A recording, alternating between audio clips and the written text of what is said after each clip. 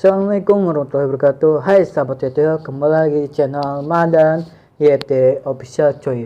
Oke sahabat Youtube, kali ini saya akan melanjutkan sebuah novel horror man. Oh my god. Nama novel adalah ini dia coy, Jerat Iblis. Dan kita lanjut di sebuah bab kedua. Saya sudah download di bab sampai bab 10. Saya sudah bilang di episode pertama tadi kan saya download sampai bab 10 cuy. Dan kita coba membuka saja cuy.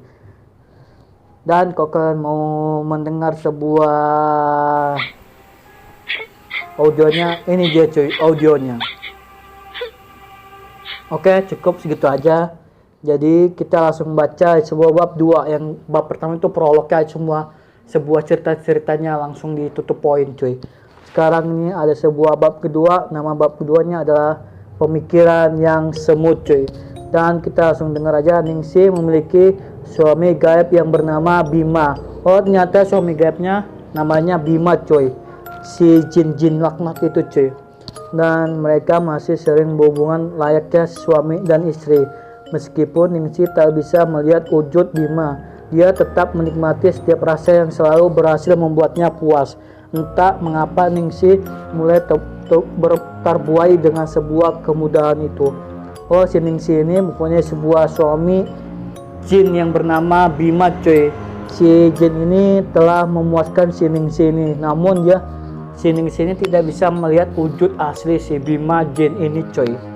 Dan kita lanjut lagi. Bima menjanjikan harta melimpah, entah emas ataupun uang setiap kali setelah mengunjungi Ningsih. Benar adanya, Bima menempati semua janji. Ningsih merasa puas dan senang dengan semua itu.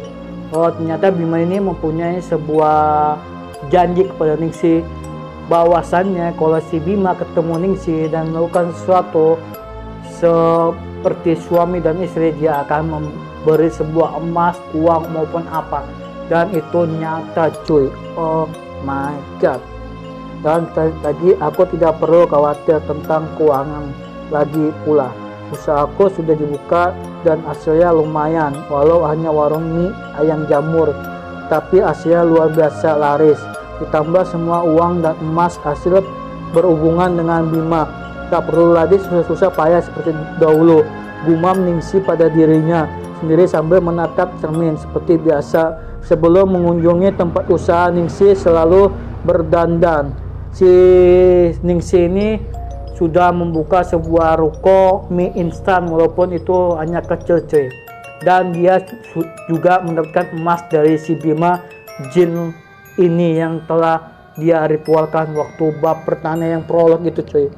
Dan si Ningsih ini sebelum dia pergi ke sebuah toko mie ini, dia berdandan dulu coy, supaya dia dilihat orang-orang tuh indah sekali dan cantik coy. Dan kita lanjut lagi. Makin hari Ningsih terlihat semakin cantik. Terlebih ketiga pegawainya juga pintar bekerja. Ningsih tak perlu repot mengatur. Oh ternyata Ningsih ini punya sebuah pegawai atau enggak sebuah pemasak yang untuk memasak sebuah mie instan ini cuy. Dan kita lanjut lagi. Kalian bekerja dengan baik, pertahankan dan tingkatkan ya. Aku memberi kenaikan gaji jika bulan ini omset tercapai, ucap Ningsih dengan mantap. Dan si Ningsih akan memberikan sebuah omset atau kenaikan gaji bagi karyawannya yang telah bekerja dengan baik dan tekun. Siap bos, si karyawannya menjawab. Jawab ketiga pegawai Ningsih bersamaan. Dalam waktu yang cukup singkat, usaha Ningsih berkembang. Total pegawai yang Ningsih memiliki 7 orang dan tempat usaha Ningsih sudah lebih maju. Oh my god. Ningsih mempunyai pegawai 7 orang coy. Dan sebuah usahanya itu mencapai lebih maju lagi cuy. Dibentuk seperti restoran kekinian. Ningsih merasa bahagia dengan kemajuannya saat ini. 2 tahun kemudian, oh my god, langsung 2 tahun cuy. Oh my god. Ini namanya novel ada horor-horornya, ada seram-seramnya cuy. Ningsih hidup sebagai istri Bima. Selama 2 tahun ini semua berjalan lancar sampai Wahyu genap berusia 3 tahun, Ningsih berjumpa dengan seseorang lelaki yang mengusulkan untuk membuka cabang dan memperluas usaha mie ayamnya. Nama lelaki itu adalah Tommy cuy. Ternyata nama lelaki yang sedang bekerja sama dengan si Ningsih itu bernama Tommy. Tommy berusia 40 tahun. Omega tua juga ya, dan orangnya baik sekali. Dia duda dan belum punya anak. Dia bercerai karena istrinya selingkuh. Tommy tidak bisa memiliki keturunan, oleh sebab itu dia senang bermain dengan Wahyu. Hal itu membuat Ningsih bersimpati dengan Tommy. Ningsih menjalin kerjasama dengan Tommy, oleh karena itu mereka sering bertemu dan berinteraksi dengan baik. Hari-hari berlalu dengan cepat, keakraban mereka semakin terasa. Hampir setiap hari Tommy mengunjungi Wahyu dan mengajak bermain. Hingga suatu ketika dia mengumpulkan keberanian untuk mengutarakan hatinya kepada Ningsih. "Dek, Ningsih, maukah adek menjadi pendampingku?" Si Tommy itu membilang. "Sudikah adek menjadi istriku serta Wahyu menjadi anakku?" ucap Tommy terlihat sangat mantap dan bersungguh-sungguh. Belum sempat Ningsih menjawab, tiba-tiba terdengar suara Bima menggelegar. Oh, si Tommy ini mengajak Ningsih untuk menikah. Dan si Ningsih belum menjawab apa-apa, ada suara-suara yang menyeramkan. Si Bima ini cuy menggelegar, si jin ini cuy. Dan kita lagi, terima saja Ningsih, aku butuh raganya untuk bersanding denganmu. Oh, ternyata Ningsih ini mendengar suara si Bima. Si Bima ini ada si jin itu cuy. Dia membilang, aku butuh raganya untuk bersanding denganmu cuy. Tentu saja hanya Ningsih yang bisa mendengar suara Bima. Ningsih pun sangat galau, bingung karena Tommy sangat baik padanya dan Wahyu.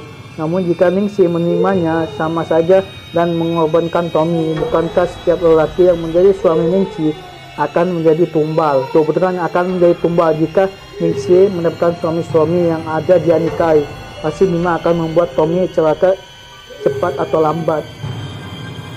Namun jika Ningsih menolaknya, kemungkinan Tommy akan patah hati. Dia terlalu baik dan Ningsih tak tega menyakiti hatinya.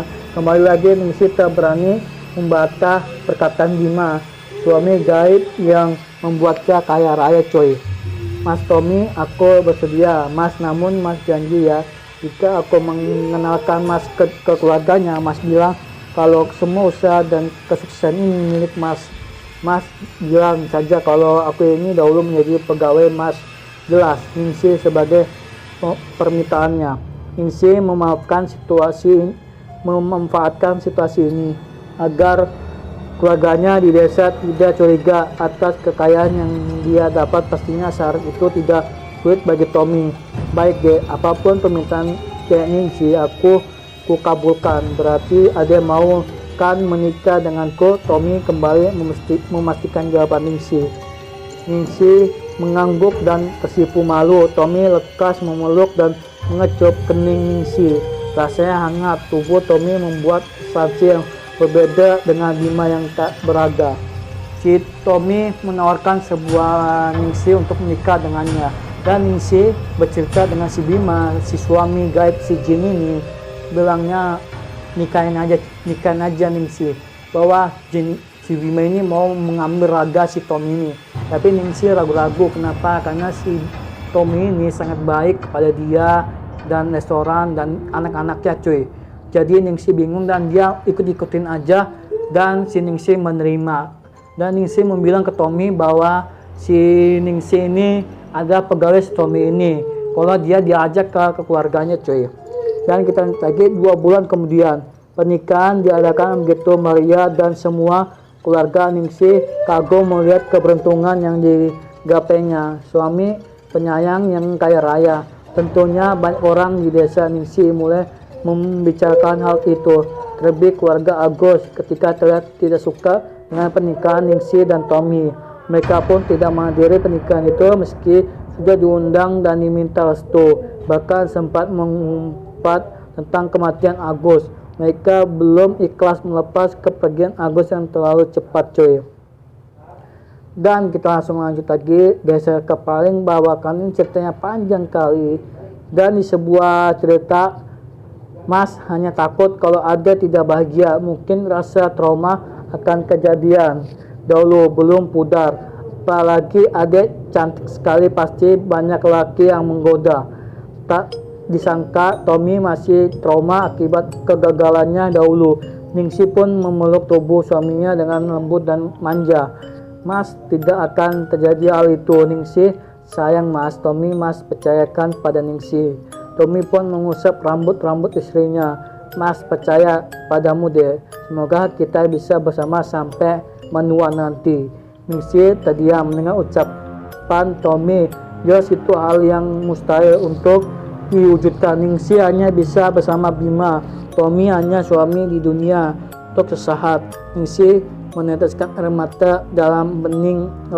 Lelaki baik seperti Tommy pun akhirnya akan terlepas dari pelukannya coy. Dan akhirnya selesai ceritanya coy.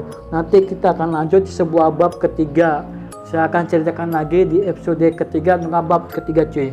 Dan kalau kalian suka dengan video saya membaca novel ini, jangan lupa tinggalkan like, comment, share, and subscribe coy. Dan sampai jumpa di episode novel horor selanjutnya. Bye bye. Wassalamualaikum warahmatullahi wabarakatuh. Bye bye.